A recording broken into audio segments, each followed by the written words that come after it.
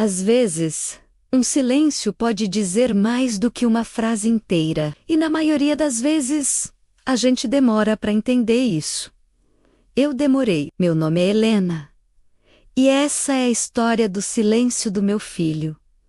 Um silêncio que eu ignorei por tempo demais. Não por maldade, mas porque eu estava tão presa em mim mesma que não percebi que ele estava desaparecendo bem na minha frente. O Daniel sempre foi um menino falante. Ele falava enquanto comia, enquanto brincava, enquanto caminhava dentro de casa. Parecia que as palavras transbordavam dele como uma fonte que nunca secava.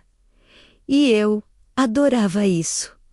A casa ficava viva. Eu sabia como ele estava, o que sentia, o que temia, o que amava. Eu achava que esse vínculo iria durar para sempre, mas, sem perceber, fui deixando a vida me engolir. Pressões, trabalhos, cansaços, coisas que eu dizia para mim mesma que eram importantes. E aos poucos, o meu filho começou a falar menos. Primeiro, foram respostas curtas. Depois, demoradas. Depois, quase inexistentes. Eu tentei justificar. É a idade. É a adolescência. Ele está crescendo. Mas lá no fundo, algo dentro de mim sabia que não era isso. Teve uma noite específica que eu não consigo esquecer. Eu estava preparando o jantar quando ouvi a porta do quarto dele abrir.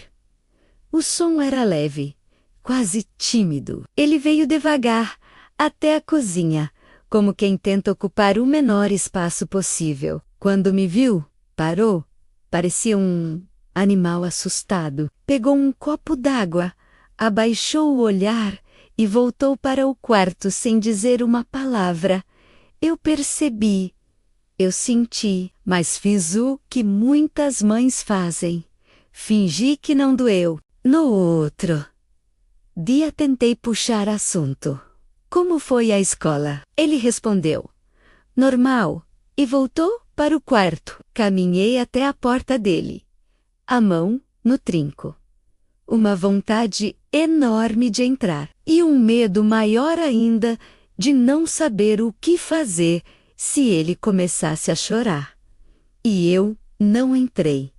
Aquela noite me acompanha até hoje. Os dias seguintes foram ainda piores. Daniel já não descia para comer comigo, já não falava sobre os amigos, já não contava nada do mundo dele.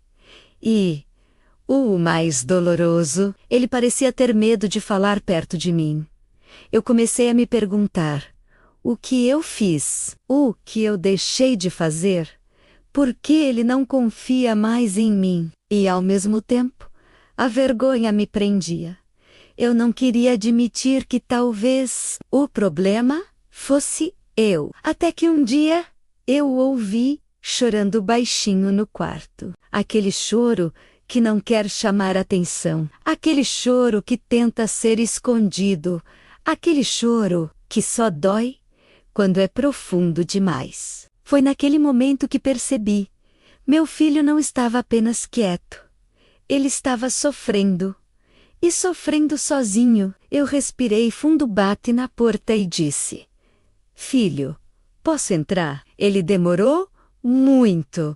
E quando abriu, vi uma versão dele que eu não conhecia, pálido, cansado, encolhido. Sentei ao lado dele e perguntei, o que está acontecendo com você? Ele respirou fundo, enxugou os olhos e disse, mãe, eu parei de falar porque toda vez que eu começo, você parece cansada, parece triste, parece que eu atrapalho e eu não queria ser mais um peso para você. Aquela frase destruiu tudo o que eu achava que sabia sobre nós dois. E foi aí que a verdade começou a aparecer. Eu fiquei sem ar quando ouvi aquilo. Não soube o que responder. Não soube o que pensar. A única coisa que consegui sentir foi culpa. Eu passei meses achando que o Daniel estava na dele, mas ele estava apenas tentando não me machucar. E isso partiu meu coração de uma forma que eu nunca tinha sentido. Filho, você nunca foi um peso para mim, eu disse com a voz trêmula. Ele olhou para as mãos, apertando uma delas contra a outra, como quem tenta se segurar. E respondeu: Mãe, quando eu começo a falar e você suspira, dói. Você não percebe, mas eu percebo.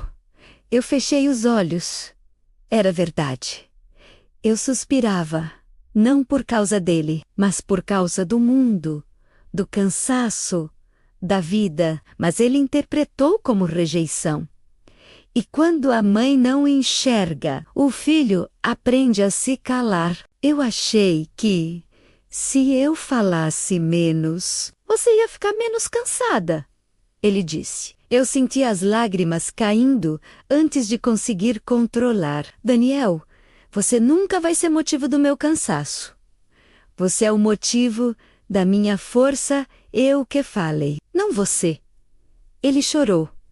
Eu chorei. E foi como se anos de silêncio fossem liberados naquele instante. Contei a ele o que eu nunca contei para ninguém, que eu estava sobrecarregada, que tentava ser forte demais, que não queria demonstrar fraqueza e que acabei me fechando. Ele ouviu tudo, em silêncio, mas dessa vez um silêncio diferente, um silêncio que abraçava. Depois de um tempo, ele disse: Mãe, eu só queria que você me escutasse. Como antes, essa frase ficou presa dentro de mim. Ela definia tudo. Ele não queria presente, não queria facilidades, não queria grandes gestos. Ele queria a presença, queria a escuta. Queria a mãe dele. Prometi para mim mesma, naquele dia: nunca mais vou deixar meu filho se sentir sozinho enquanto estou na mesma casa. Naquela noite, deixei o celular de lado, desliguei a televisão, sentei do lado dele e conversamos por horas. Não foi perfeito, nem rápido, nem mágico, mas foi real. Aos poucos, o Daniel foi abrindo espaço de novo. Aos poucos, a casa voltou a ter barulho. Aos poucos, eu comecei a ver meu filho. E ele começou a me ver. E aprendi algo que quero que você, que está ouvindo, entenda. O silêncio de um filho nunca é só silêncio. É medo, dor, insegurança, pedido de ajuda, transformado em palavras que não conseguem sair. E uma mãe precisa aprender a ouvir o que não foi dito. Porque, naquele dia, quando meu filho parou de falar comigo, ele não estava me afastando. Ele estava me chamando. Eu é que não percebi. Mas agora eu escuto e nunca mais vou deixar de escutar.